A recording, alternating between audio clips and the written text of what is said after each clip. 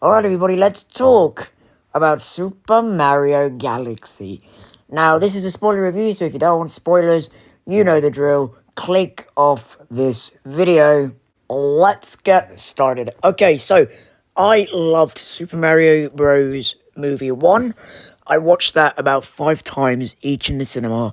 And then I watched it so many more times when it came on to streaming. I really, really do like that film. But what I don't like about it is all of like the city stuff and the realish stuff. I prefer to just be in the Mario action, but I get it.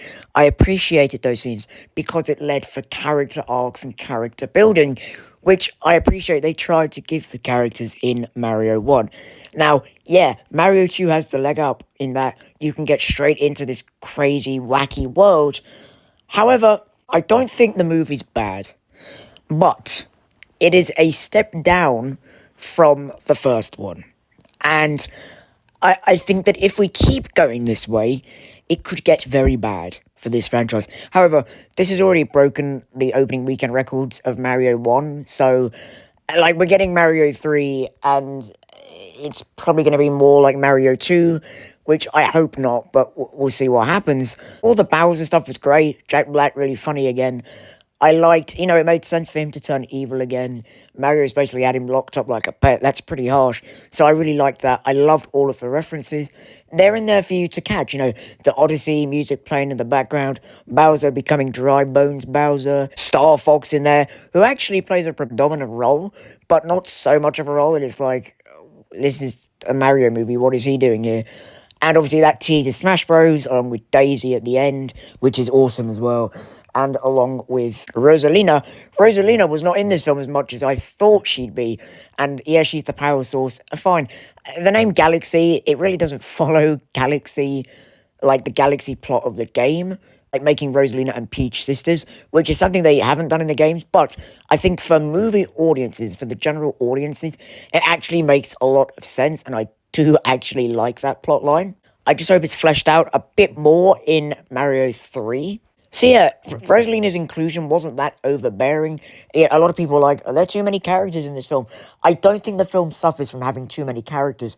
I think the film suffers from, okay, we gotta hit this point, we gotta hit this point, we gotta hit this point, we gotta hit this point.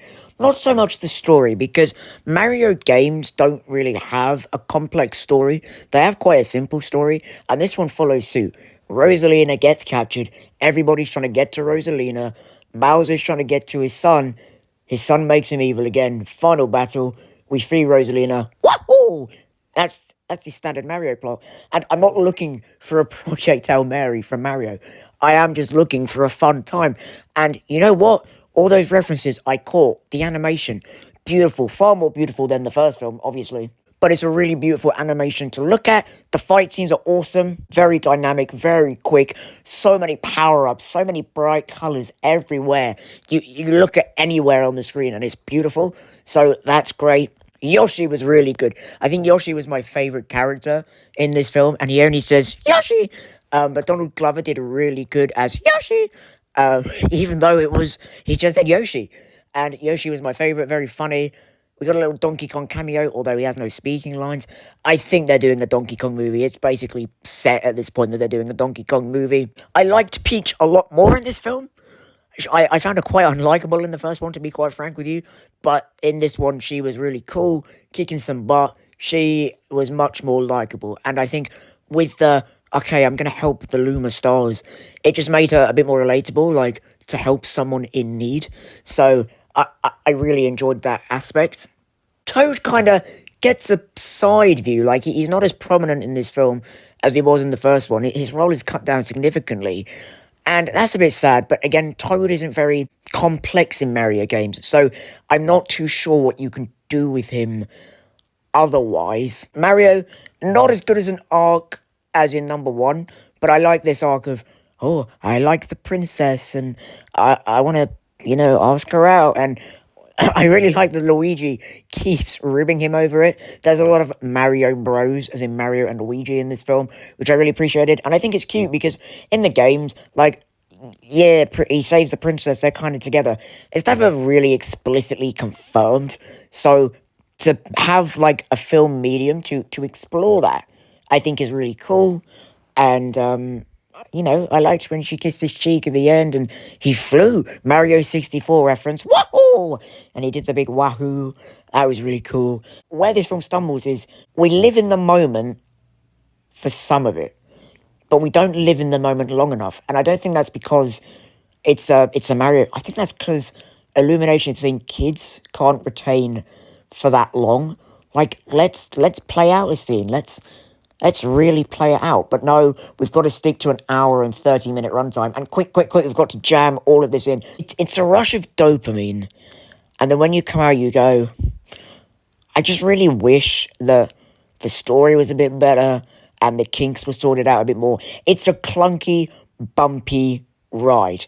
And bits that are supposed to be fast are kind of slow, and bits that are fast are maybe even too fast. Or pacing issue in this film is major. There is a major pacing issue, which is quite worrying for an hour and a half film. Like, the middle half of this movie is just kind of the characters milling about, trying to find where they're trying to go, and it kind of loses your, like, retention. I was kind of going, yeah, but we know we all got to get to Rosalina, so let's just do that, and then let's pause for the emotional scenes. But instead, they paused for what are we, like, even the characters were lost. Where are we supposed to be, what are we supposed to be doing right now? I'm just going to follow this Luma. And yeah, it was cool to see Mario and Luigi defend the Mushroom Kingdom. I would rather spend more valuable time on the actual story than that. That's a cool, fun little Easter egg. You could do that as a short. I don't know what streaming service Mario's on, but you could do that as, like, the Mario Shorts or something. So, yeah, while I really enjoyed the references, I would rather sacrifice the references for a good story. Bowser Jr., he's cute, but again, he's living up... He's kind of overshadowed by Bowser. And he's not that compelling of a villain because we can't relate, because we'd never kidnap a princess. Like, Bowser in the first film, we could kind of, in a messed up way, relate to him liking Princess Peach, but we can't relate to Bowser Jr. here, which is kind of sad. Just kind of makes him a bit of a flat villain. Now listen, it sounds like towards the end of this review I'm poo-pooing on the film. I want Mario to succeed. I love Mario. This was still a good film. Really good film. But Mario 1, I feel, was great. It's Illumination's best film, Mario 1. That was a great film. And this is just it's quite a good film. Quite a good film. It's definitely second. I definitely put it over most of the Minions movies and Secret Life of Pets and Sting. But just want to get back to the quality of Mario 1. Will they do it? We'll see. But guys, if you're just going in for Mario, you'll have a really good time with this film. I still had a really good time with it. But again, it's like a dopamine hit. You have a really good time and then you go, I have to come at it from a critical point of view as a reviewer and say, okay, how good would this film be if we took away all of the references? And so it's a bit disappointing, but it's still a good, like, I'm not like, oh man, that was trash. It was just quite good. But Mario 1 was really good. So hopefully we can get back to that standard.